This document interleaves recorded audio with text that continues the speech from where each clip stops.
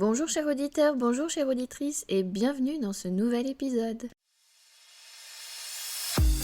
Je suis vraiment ravie de vous retrouver pour ce nouveau rendez-vous ensemble.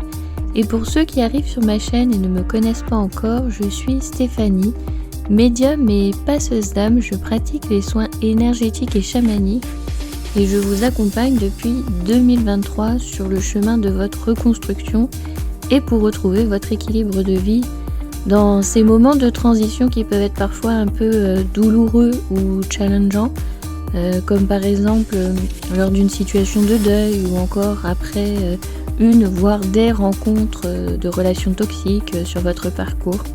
Donc soyez les bienvenus sur ma chaîne où je vous partage à travers ces podcasts mes différentes aventures, mes expériences. Et je vous propose aussi également certains épisodes sous forme de pratiques simples que vous pouvez mettre en place facilement dans votre quotidien. Je vous remercie vraiment pour votre présence et je vous souhaite une très belle écoute. Bonjour à tous et bienvenue, je suis ravie de vous retrouver pour ce nouvel épisode et merci à un nouveau pays qui vient juste de rejoindre cette longue liste de pays où vous m'écoutez. Donc bienvenue à la Russie, donc aux personnes qui m'écoutent en Russie. Ça me fait toujours plaisir d'avoir des nouveaux abonnés et de voir comme ça de nouveaux pays qui arrivent. Donc merci infiniment.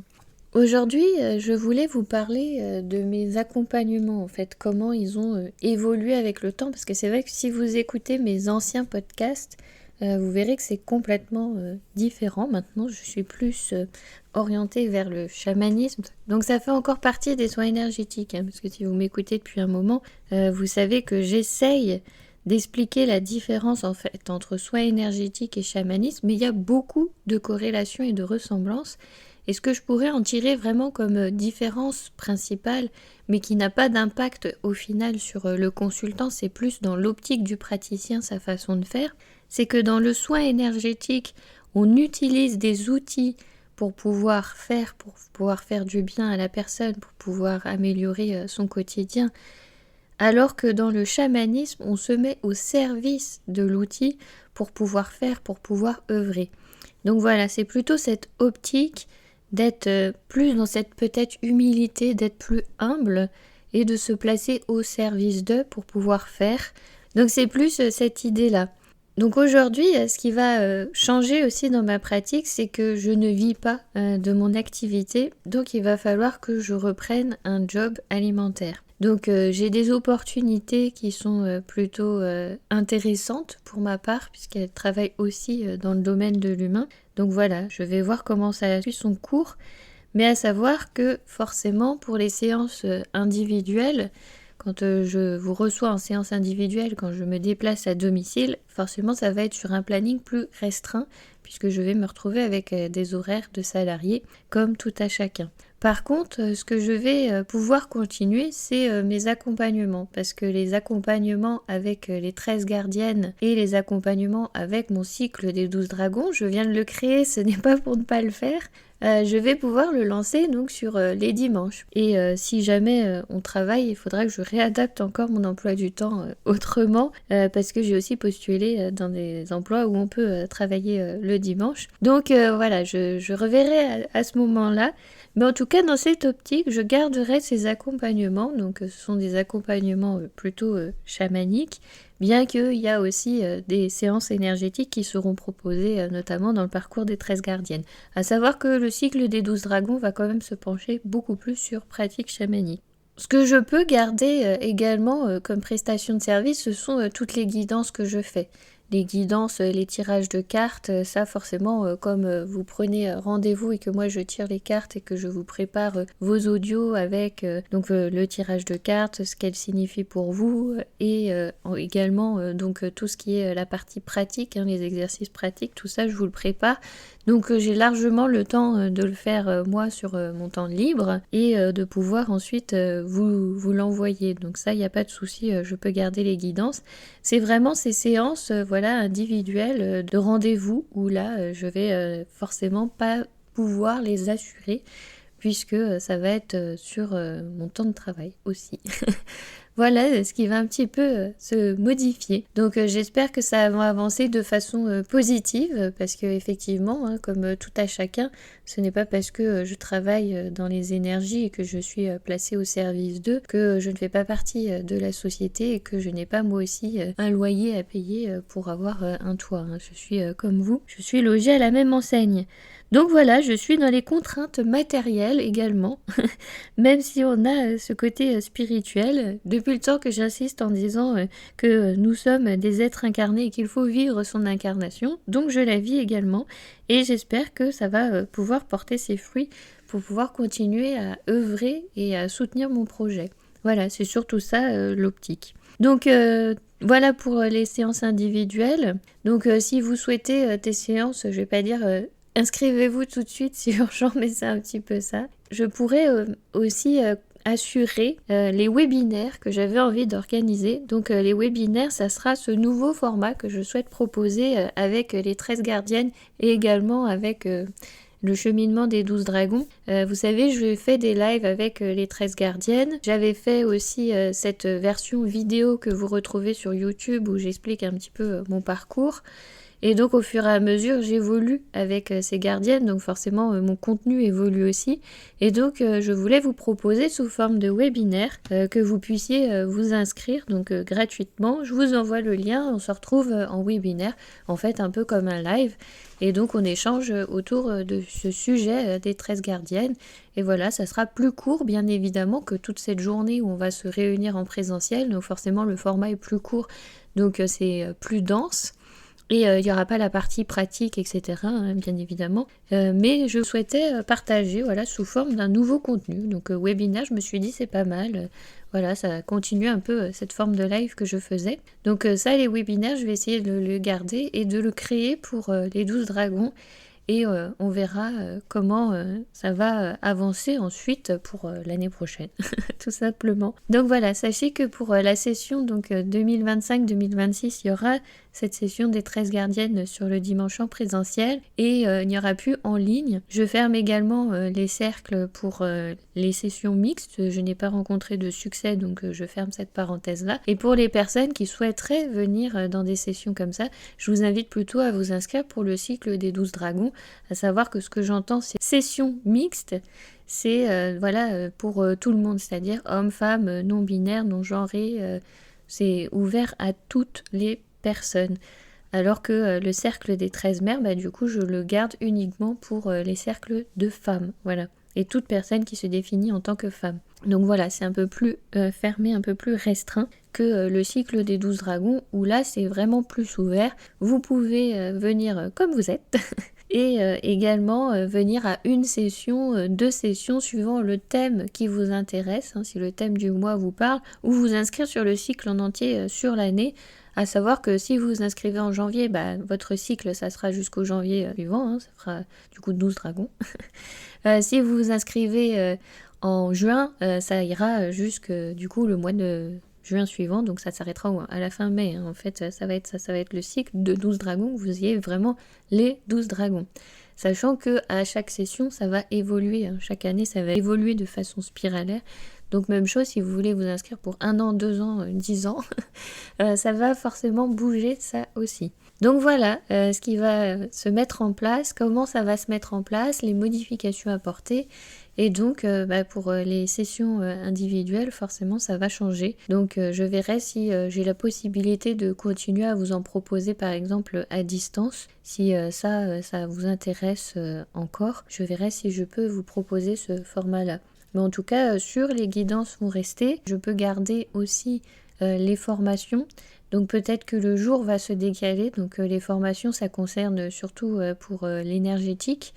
Donc peut-être que ces jours vont se décaler. Si par exemple je ne travaille pas sur un jour férié et qu'il y a un pont, je ne sais pas encore comment ça va s'organiser, je pourrais organiser par exemple si le jour férié c'est le jeudi, je pourrais organiser sur jeudi, vendredi. Si vous faites le pont aussi et que ça vous intéresse, je serai disponible.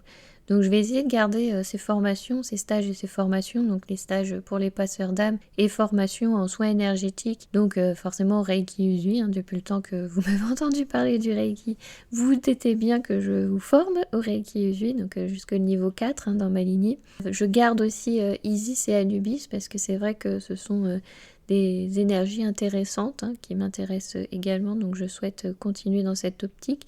Forcément, je vais continuer avec les 4 éléments, ça c'est juste logique, dans la partie chamanique, on continue également avec les 4 éléments.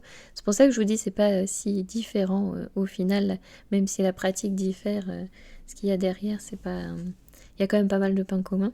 Et voilà pour la partie énergétique et les stages. Donc c'est les stages passeurs d'âme. Donc même chose, je ne consulte plus, je ne me déplace plus à domicile pour énergiser les lieux, pour nettoyer les lieux, pour faire les passages d'âme avec les défunts. Donc je continue à être au service bien sûr des défunts qui viennent me voir pour un passage de façon spontanée. Et je vais plutôt m'orienter vers la formation, donc pour vous enseigner en fait ce que j'ai appris pour pouvoir vous aussi œuvrer. Voilà comment je continue à transmettre ce que j'ai appris parce que j'ai toujours à cœur de cette transmission. Sachant que vous continuerez à trouver ce contenu gratuit que j'offre sur YouTube, sur mes podcasts, tout ça, ça va rester. Et mon optique, c'est de pouvoir toujours vous proposer ce contenu de façon régulière puisque vous avez un épisode par semaine si vous jonglez sur mes 2 chaînes de podcast entre Zen Attitude chez Zenome et des soins énergétiques. Donc j'aimerais que ça reste comme ça, que ça reste aussi régulier. Donc si vous n'écoutez que la chaîne de soins énergétiques toutes les 2 semaines, si vous n'écoutez que la chaîne de soins Zen Attitude chez Zenome, ça sera aussi toutes les 2 semaines. Si vous écoutez les deux, vous avez un épisode par semaine, voilà, pour avancer pour vous aussi. Donc j'aimerais garder ce contenu-là, mais c'est vrai que c'est aussi du temps à prendre d'enregistrer ces épisodes. Donc tout ça, ça reste en prévision, en cours de construction, suivant mon futur emploi du temps. C'est vrai que quand on a un travail salarié avec des horaires fixes, c'est beaucoup plus facile que quand on a un travail avec des horaires qui peuvent changer. Mais voilà, on va s'adapter, on va trouver la solution ensemble. Forcément, pour moi, ça va être facile, entre guillemets, de rentrer dans un travail salarié parce que étant professeure des écoles et directrice et en même temps référente de coéducation de proximité pour la mairie, avec 3 emplois, vous imaginez bien que j'avais un emploi du temps très très long et surtout quand on est déjà juste enseignant, on a cette partie visible en classe, mais il y a toute la partie invisible avec ce travail qu'on a à faire en amont et en aval d'ailleurs. Et aussi ces réunions par an, etc. C'était pas rare de finir une journée de travail à 23h quand on faisait une réunion de conseil d'école par exemple. C'était pas rare de ne pas manger le midi parce qu'on avait des réunions avec différents partenaires ou entre enseignants. Je veux dire, tout ça, c'était pas rare. Donc c'est vrai que me retrouver dans un emploi salarié où on m'a dit que j'aurais une pause pour manger et que j'allais pouvoir badger et donc avoir ce temps à faire et que de coup, si je dépassais ce temps, il fallait que je m'organise pour rattraper ce temps que j'avais donné à l'entreprise pour le récupérer. Enfin, ça, c'est tout nouveau. Ça va être vraiment tout nouveau pour moi. Les heures sup qu'on faisait chez Éducation nationale, ça ne se comptait pas. Vous avez l'impression que la journée s'arrête, mais vous n'imaginez pas le nombre d'enfants que des parents ne venaient pas chercher le midi. Donc moi, je ne peux pas manger quand j'ai un enfant à garder. Je suis obligée d'attendre. Donc quand on attend 1 heure sur l'heure de pause, voilà, c'est fini. Le soir, les parents qui ne venaient pas chercher leur enfant. Donc on attend 19h, 20h. Donc au bout d'un moment, on est bien obligé d'appeler les forces de l'ordre pour venir chercher l'enfant. Enfin, tout ça, vous n'imaginez pas que c'était mon quotidien, que c'était tous les jours. Donc c'était tous les jours non-stop. Ma semaine, on va dire, idéale, c'était quand je faisais, sur les 4 jours, quand je faisais 40 heures et que j'arrivais à rentrer chez moi en faisant juste 40 heures sur le terrain. Pour moi, c'était une semaine au top. Je me disais, waouh, j'ai bien rentabilisé mon temps parce que maintenant je peux rentrer chez moi pour pouvoir travailler pour ma classe, pour pouvoir travailler sur les dossiers, sur la paperasse administrative, etc. J'ai réussi à ne faire que 10 heures dans une journée, c'est top. Pour moi, je me disais, youpi, j'ai bien géré mon temps. Donc forcément, ça va être un peu plus facile entre guillemets, hein, parce que forcément tout travail a ses avantages et ses inconvénients, mais c'est vrai que vous imaginez bien que quand on a 3 casquettes, on fait 3 professions, déjà sur papier, mais on en fait bien plus en étant directrice, hein. On a aussi tout ce travail social avec du coup un peu de psychologie, hein, psychologie humaine, ce qui est normal.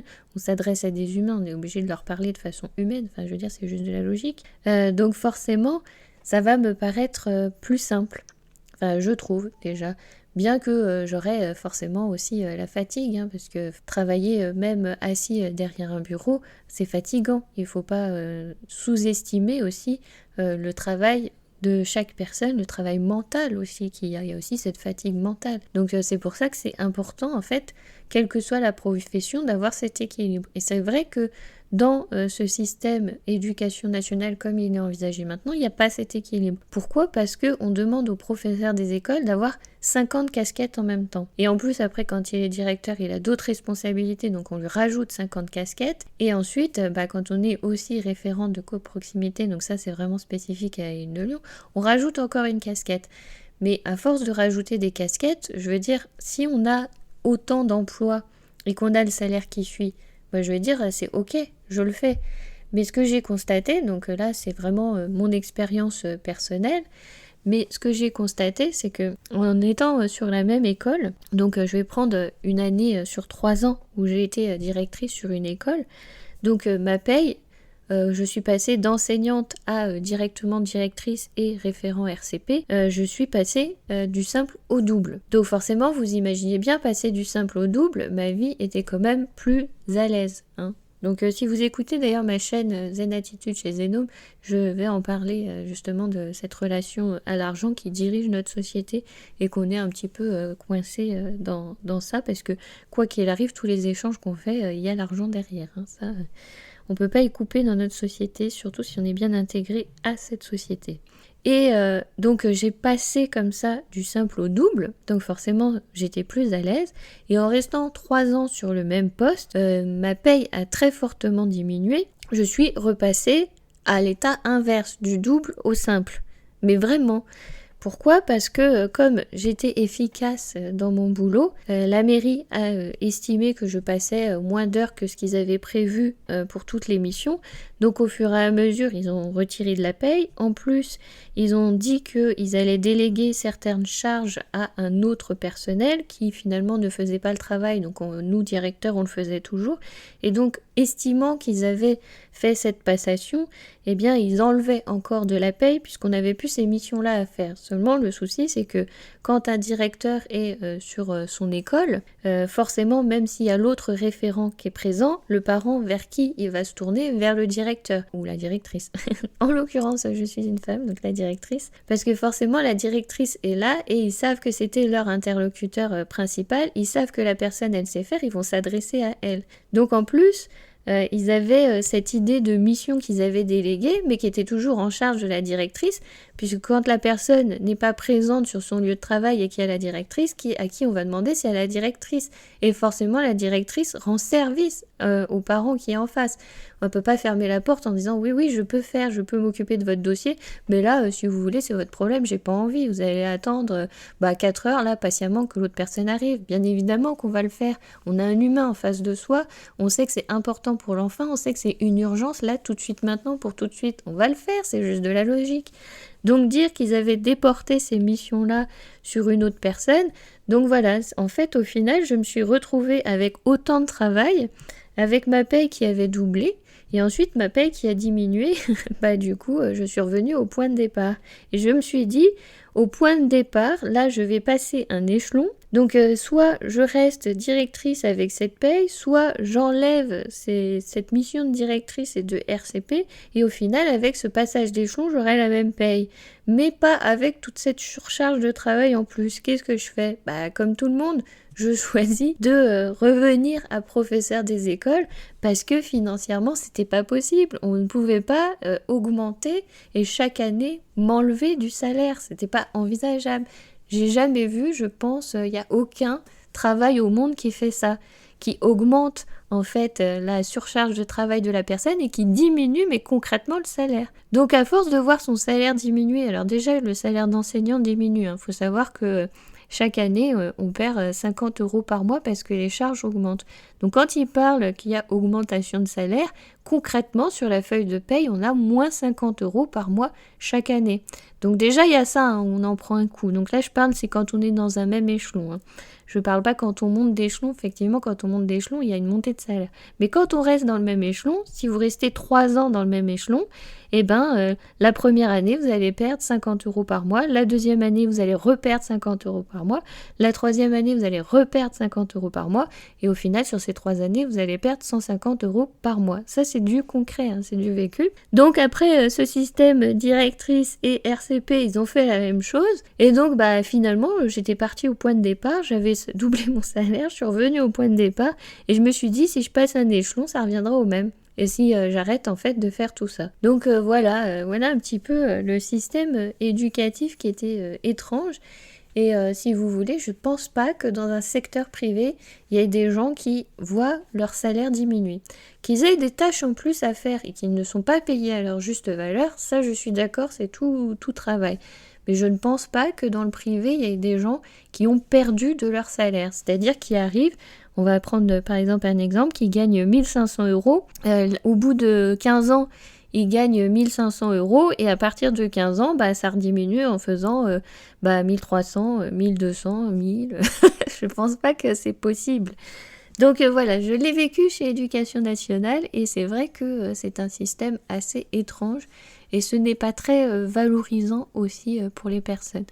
Donc je suis d'accord avec le fait d'avoir plus de missions et du coup forcément d'avoir plus de rémunération et donc plus de responsabilités, tout ce qui va avec.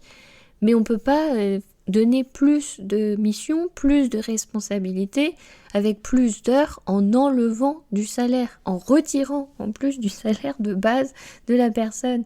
C'est pas possible. Donc dans tout ça, je me suis bien éloignée du sujet principal qui était les soins énergétiques. Mais au final, tout est juste. Je pense qu'il doit y avoir une corrélation aussi avec l'épisode que j'ai fait sur ma chaîne Zen Attitude chez Zeno, où je parle que au lieu d'être dans cet échange en fait d'amour inconditionnel entre les humains et de travailler dans ces échanges humains et ces échanges d'amour, on a transformé notre société avec ces échanges d'argent. Et voilà aussi pourquoi ça nous pose problématique, parce que notre essence même, ce qu'il y a à l'intérieur de nous, c'est pas l'argent, c'est l'amour inconditionnel. Ça c'est sûr et c'est certain. Donc c'est vrai que au lieu de travailler en fait avec l'humain, on travaille avec l'argent. On a oublié ce système humain.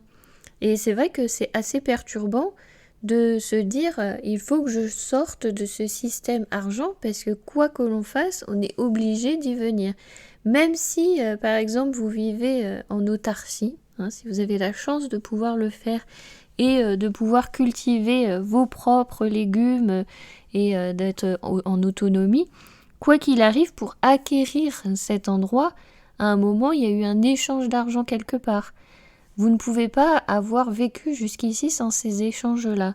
À un moment, ça a été obligé, ça a été une étape obligatoire. Que ce soit pour acheter les graines, et même si vous avez fait par échange, vous l'avez fait en échangeant un objet, mais la personne, comment elle s'est procuré les graines? Ça dépendait de l'argent, pour elle aussi. Tout système, quoi qu'il arrive, à partir du moment où on vient dans cette société, tout système dépend de l'argent, au lieu de dépendre de l'humain et de notre essence.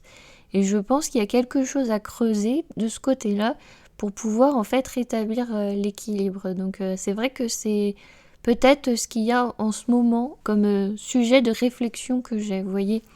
C'est peut-être ce que je suis en train de vivre, de traverser et sur lequel je m'interroge. Donc effectivement, j'entends que je pourrais offrir mes soins, etc., ce que je fais bien volontiers, mais voilà, le résultat c'est que je vais devoir travailler à côté et donc forcément ça va empiéter sur mon temps que je peux vous accorder et donc si ça empiète sur mon temps que je peux vous accorder, il y aura moins de soins énergétiques, ça c'est sûr. Donc j'entends qu'on peut offrir, mais le souci c'est que comme notre vie dépend de l'argent et plus de ce côté humain, forcément, moi je veux bien être au service de tous les humains. Si m'offre un logement gratuit et qu'on m'offre la nourriture, l'électricité et qu'on me garantit la santé de mes animaux, forcément, évidemment que je vous offre les soins bien volontiers si j'avais tout ça d'accessible. Mais pour construire tout ça, quoi qu'il arrive dans notre société, il faut l'argent, hein. C'est concret. C'est pas quelque chose que j'invente. On ne peut rien se construire sans argent, actuellement. Si on veut vivre intégré dans notre société, donc je parle de notre société occidentale. Bien évidemment, il y a des tribus qui vivent absolument autrement, et c'est vrai que changer leur mode de vie à eux, c'est pas forcément quelque chose qui a été bénéfique au final pour la société, parce qu'on tourne tout autour du profit. Et donc c'est vrai que si on revenait à ces valeurs humaines, ça pourrait peut-être changer nos modes de société. Alors est-ce que c'est mieux, est-ce que c'est moins bien? Ça, la question reste ouverte, hein. La question reste à se poser pour soi-même, pour à chacun avec ses valeurs. Donc c'était pas une idée de jugement de valeur en disant on fait mal hein, dans notre société.